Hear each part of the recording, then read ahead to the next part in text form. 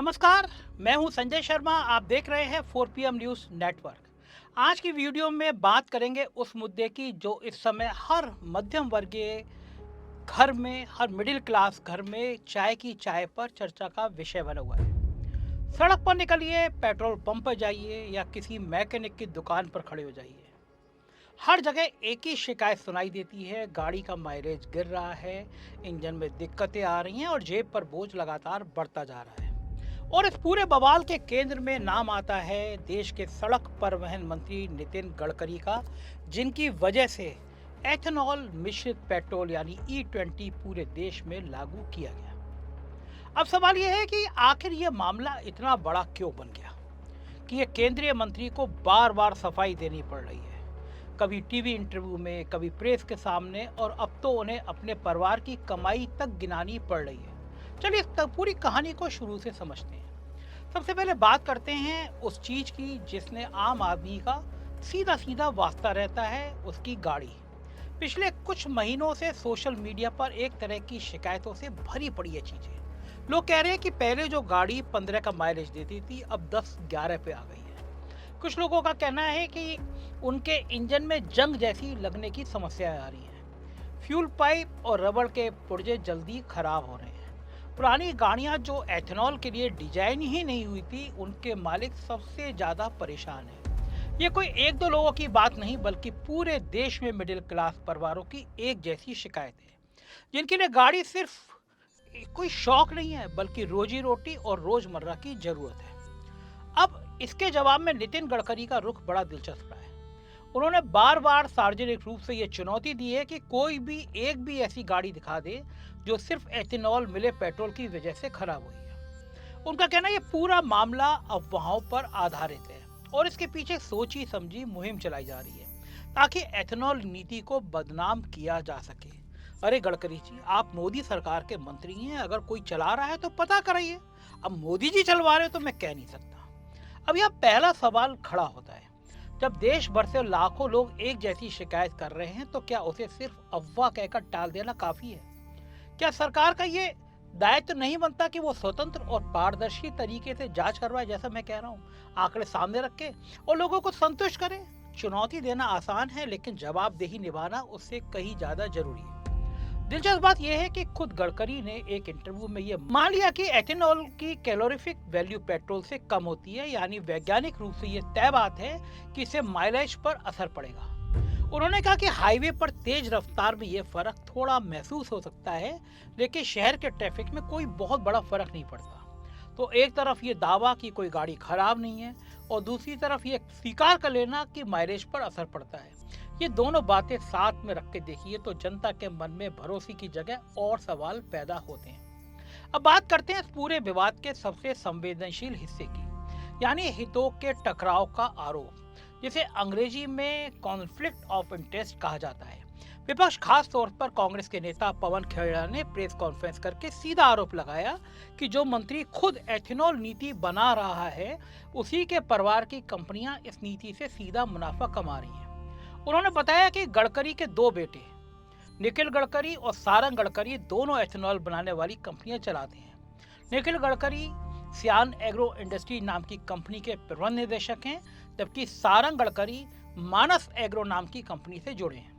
अब यहाँ आंकड़े देखिए, क्योंकि आंकड़ों की असली कहानी हम बताते हैं।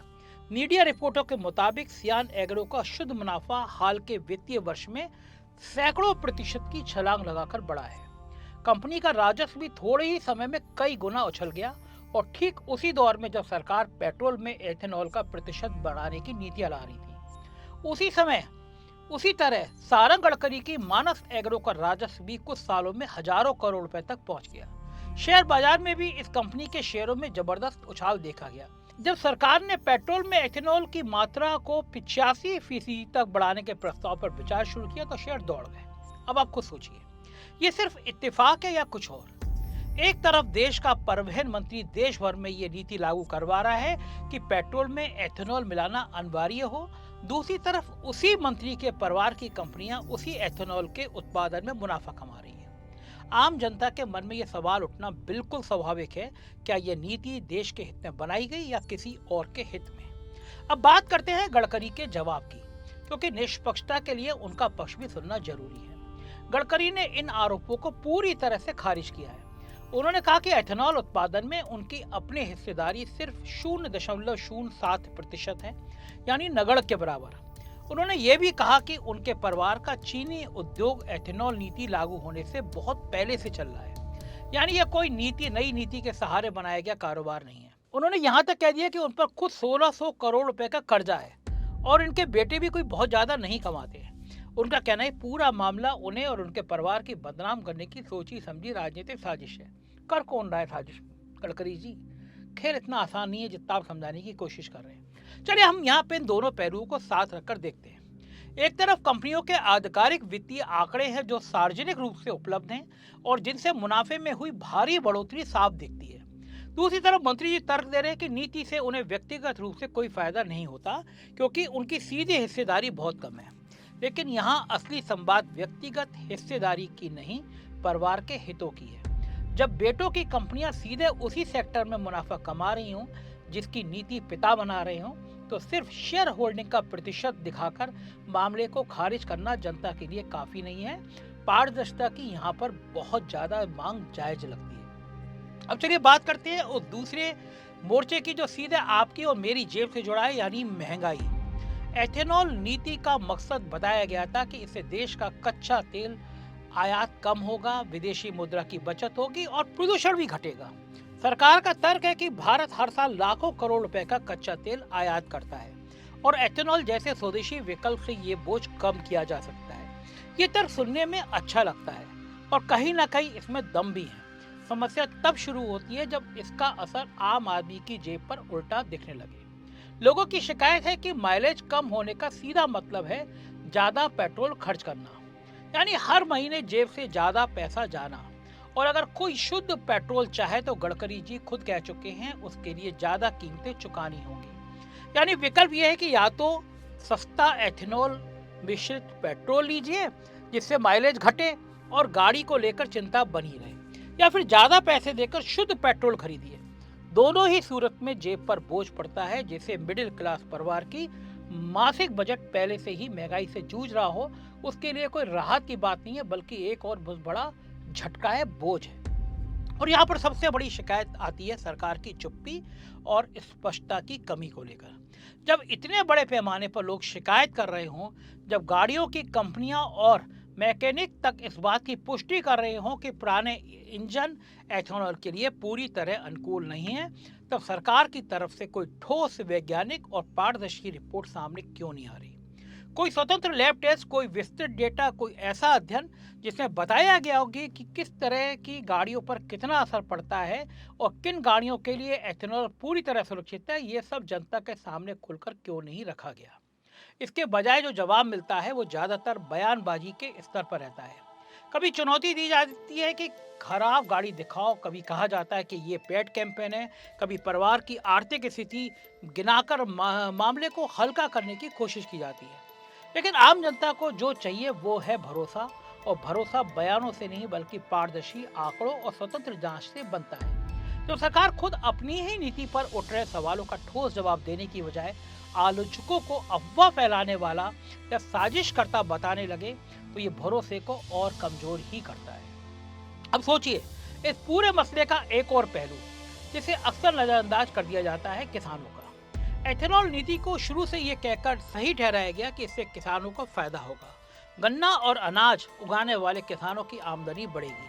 लेकिन विपक्ष का आरोप है कि हकीकत में किसानों का इससे कोई फायदा नहीं है, बहुत सीमित फायदा मिल रहा है, जबकि एथेनॉल बनाने वाली कंपनियां उनसे सस्ते दाम पर गन्ना और अनाज खरीदकर भारी मुनाफा कमा रही हैं। अगर ये आरोप सही है तो सवाल ये भी बनता है कि आखिर इस पूरी नीति से फायदा किसे मिल रहा है, किसान को, आम उपभोक्ताओं को, या फिर उन चुनिंदा कंपनियों को जो इस सेक्टर में पहले से मौजूद थी और जिन्हें नीति ने रातों रात बूस्ट दे दिया। अब एक बार फिर से पीछे मुड़कर पूरी तस्वीर को जोड़कर देखते हैं। एक तरफ करोड़ों गाड़ी मालिक हैं जो अपनी शिकायत लेकर सोशल मीडिया मैकेनिक की दुकान पर भटक रहे हैं, दूसरी तरफ केंद्रीय मंत्री हैं जो हर शिकायत को अफवाह और साजिश बताकर खारिज कर रहे हैं, तीसरी तरफ विपक्ष है जो ठोस वित्तीय आंकड़ों के सहारे हितों के टकराव का आरोप लगा रहा है और चौथी तरफ आम मिडिल क्लास परिवार है जो ना तो नीति की बारीकियां समझने की स्थिति में है और ना ही उसके पास इतना समय है कि वो इस रिपोर्ट को खंगाले, हर रिपोर्ट को चेक करे। उसे बस इतना दिखता है कि उसकी गाड़ी पहले से ज्यादा परेशान कर रही है, उसका खर्चा बढ़ रहा है और जब वो सवाल पूछता है जवाब में उसे या तो चुनौती मिलती है या चुप्पी। ये वही वजह है कि ये मुद्दा सिर्फ एक तकनीकी बहस नहीं रह गया, बल्कि ये भरोसे और जवाबदेही का सवाल बन गया है। लोकतंत्र में जब कोई नीति सीधे सीधे आम आदमी की जेब और उसकी रोजमर्रा की जिंदगी को प्रभावित करती है, तो उस नीति को लेकर सरकार की जिम्मेदारी और बढ़ जाती है कि वो हर सवाल का पारदर्शी जवाब दे। सिर्फ ये कह देना कि आंकड़े झूठ है या ये कह देना कि विरोधी राजनीति साजिश कर रहे हैं समस्या का समाधान नहीं है। असली समाधान है कि स्वतंत्र जांच, सार्वजनिक आंकड़े और ऐसी नीति जिससे आम आदमी के हितों को, परिवार को या किसी कंपनी के ऊपर रखा जाए। ये भी समझना जरूरी है कि विज्ञान और नीति निर्माण में ये आम बात है कि किसी बदलाव के फायदे और नुकसान दोनों होते हैं। एथेनॉल मिश्रण से प्रदूषण घटाने और आयात बिल कम करने का तर्क पूरी तरह से गलत नहीं है। कई देशों में इस तरह का मॉडल काम कर रहा है, लेकिन किसी भी नीति को लागू करते समय सबसे जरूरी होता है कि नागरिकों का भरोसे में लेना, ये बताना कि किन गाड़ियों पर कितना असर पड़ेगा, पुराने वाहनों के लिए क्या विकल्प होंगे और क्या सच में कोई नुकसान हो रहा है या उसकी भरपाई कैसे होगी। ये सारी जानकारी साफ साफ रखी जानी चाहिए, ना कि सिर्फ चुनौतियां और बयानबाजी के सहारे मामले को दबाया जाना चाहिए। तो कुल मिलाकर स्थिति ये है कि जनता परेशान है, विपक्ष के पास ठोक आंकड़े हैं जो हितों के टकराव की तरफ इशारा करते हैं और मंत्री का जवाब ज्यादातर खंडन और जवाबों सवालों तक सीमित है। जब तक कोई स्वतंत्र, पारदर्शी और वैज्ञानिक जांच सामने नहीं आती, तब तक ये भरोसे का संकट बना रहेगा। और आखिर में ये भी याद रखना जरूरी है, ये सिर्फ एक राजनीतिक बहस नहीं है, बल्कि करोड़ों आम भारतीय परिवारों की जेब और भरोसे का सवाल है, जिन्हें रोज सुबह अपनी गाड़ी में पेट्रोल भरवाना है, चाहे नीति कोई भी हो। आपकी इस मुद्दे पर क्या राय है, कमेंट में जरूर बताइए। क्या ये सिर्फ अफवाह है या फिर वाकई में एक गंभीर हितों के टकराव का मामला है जिसकी निष्पक्ष जांच होनी चाहिए। वीडियो पसंद आई हो तो लाइक और शेयर करना ना भूलें और मुझे जवाब जरूर दीजिए। चैनल को सब्सक्राइब और ज्वाइन कर लीजिए। शुक्रिया, थैंक यू।